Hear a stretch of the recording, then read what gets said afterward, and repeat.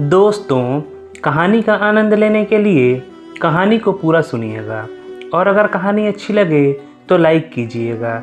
Channel को subscribe नहीं किया है तो चैनल को सब्सक्राइब कर लीजिएगा। तो चलिए स्टार्ट करते हैं। मैंने जैसे ही जनाजे को कंधा दिया, बदन में कपकपी सी दौड़ गई। दिल बिलख उठा। लाश के आखिरी दीदार के लिए आई औरतें एक बारगी रोने सिसकने लगी, पर इन सब से ज़्यादा दर्द में डूबी आवाज़ें बच्चों की थी। 4 छोटे बड़े बच्चे एक साथ बिलख रहे थे। अमीना भाभी अपने पीछे 4 बच्चे छोड़ गई थी।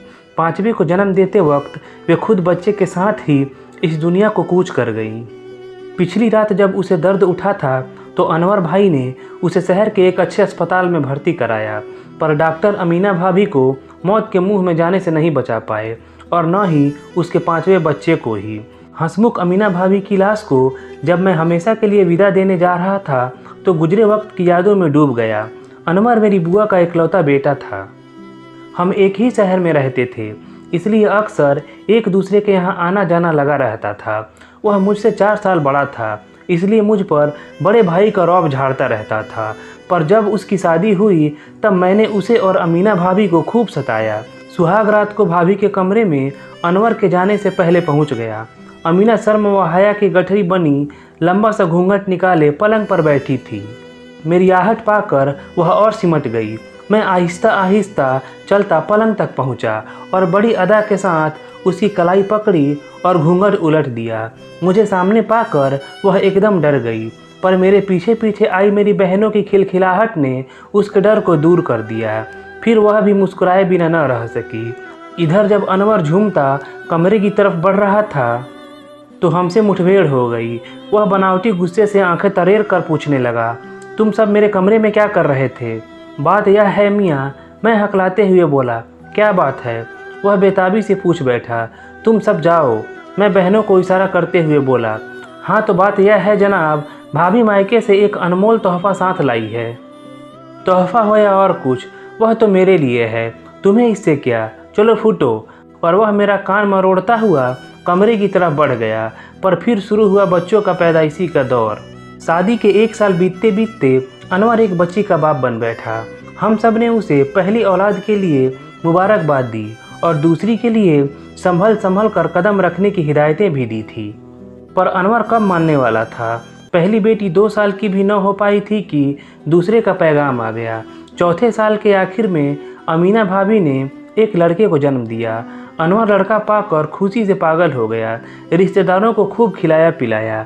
छठी के दिन मैंने उसे नसीहत दी, मियाँ अब मेरी मानो तो यहीं रुक जाओ, छोटा परिवार सुखी परिवार। वह बोला, भाई इसमें आदमी क्या कर सकता है, यह सब तो ऊपर वाले की मर्जी है। वह देता है, बंदे लेते हैं, उसकी मर्जी में दखल देना गुनाह है। मैं चुप ही रहा, क्या करता। समझदारों को भी समझाना कभी कभी मुश्किल हो जाता है। बीए पास स्कूल के मास्टर को भला मैं क्या समझाता। देखते ही देखते गुजरे सालों के साथ वह 4 बच्चों का बाप बन बैठा, यानी 1 बेटा और 3 बेटियां। कुछ कट्टरपंथी अपनी धार्मिक दुकानदारी बचाने के लिए बच्चों को ऊपर वाले की अमानत ही मानते रहे हैं और इसका भरपूर प्रचार करते रहे हैं। अनवर ने जब चौथे बच्चे पर हमें दावत दी तो हम तकरीबन बिगड़ ही पड़े थे। क्यों दकियानूसी का लिबास ओढ़े हुए हो? अनवर भाभी की सेहत का भी ख्याल करो, बेचारी की हड्डियां नजर आने लगी हैं, जवानी में ही बूढ़ी हो गई हैं। पर अनवर सफाई देते हुए कहने लगा, यकीन करो भाई, मैं तो नहीं चाहता था, पर क्या करूं, ऊपर वाले की मर्जी के आगे हमारी कहाँ चलती है।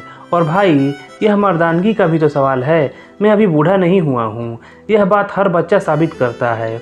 मैं उसकी इस दलील से झुझला उठा। इसे ऊपर वाले की मर्जी नहीं, खुद की मर्जी कहो। तुम अगर परिवार नियोजन के तरीके अपनाओगे तो बच्चे कैसे पैदा होंगे? मर्दानगी का मतलब सिर्फ बच्चे पैदा करना नहीं है, अच्छा कमा कर घर को खुशहाल करना भी है। मेरी दलील के आगे अनवर कुछ नरम पड़ गया और कहने लगा, भाई आगे मैं ख्याल रखूँगा, पर ऐसी खबर अम्मा तक नहीं पहुँचनी चाहिए कि मैं अगला बच्चा रोकने के लिए कुछ उपाय कर रहा हूँ। मैंने हामी भर ली और अनवर बेफिक्र हो गया। दरअसल बात यह थी कि मेरी बुआ और फूफा जान दोनों कट्टर मजहबी ख्यालों के थे। वह हर नए ज़माने की चीज़ को मजहब पर चोट मानते थे। टीवी, सिनेमा, मोबाइल और परिवार नियोजन से उन्हें काफ़ी चिढ़ थी। इन सब का साया अनवर पर बचपन से पड़ा था, सो वह भी मजहब का लिबास पहने हुए था। हालांकि वह स्कूल मास्टर था, पर था पुराने ख्यालों का ही। चौथे बच्चे के बाद किए गए वादे के बावजूद वह पांचवें बच्चे का बाप बनता, इससे पहले ही उसकी दुनिया उजड़ गई। हम जब जनाजे के साथ कब्रिस्तान पहुँचे तब तक कब्र तैयार हो चुकी थी। हम सब ने लाश को कब्र में लिटाया। आखिरी दीदार के लिए अमीना भाभी के चेहरे से कफन हटाया गया। सूखी लकड़ी की तरह पिचका चेहरा दिख रहा था। अनवर अपनी बीवी का आखिरी दीदार करके मुझसे लिपट गया और सिसकने लगा, काश मैं तुम्हारी एक भी बात पर अमल करता। मेरे बच्चों का अब क्या होगा। मैं उसके कंधों को थपथपा कर हौसला देने लगा था। अब पछताने से क्या फ़ायदा। आंसू पोंछ लो और बच्चों की परवरिश के बारे में कुछ सोचो। दोस्तों, अगर कहानी अच्छी लगी हो तो प्लीज़ लाइक कीजिएगा। चैनल को सब्सक्राइब नहीं किया है तो चैनल को सब्सक्राइब कर लीजिएगा। चलिए मिलते हैं अगले कहानी वाले वीडियो में। धन्यवाद।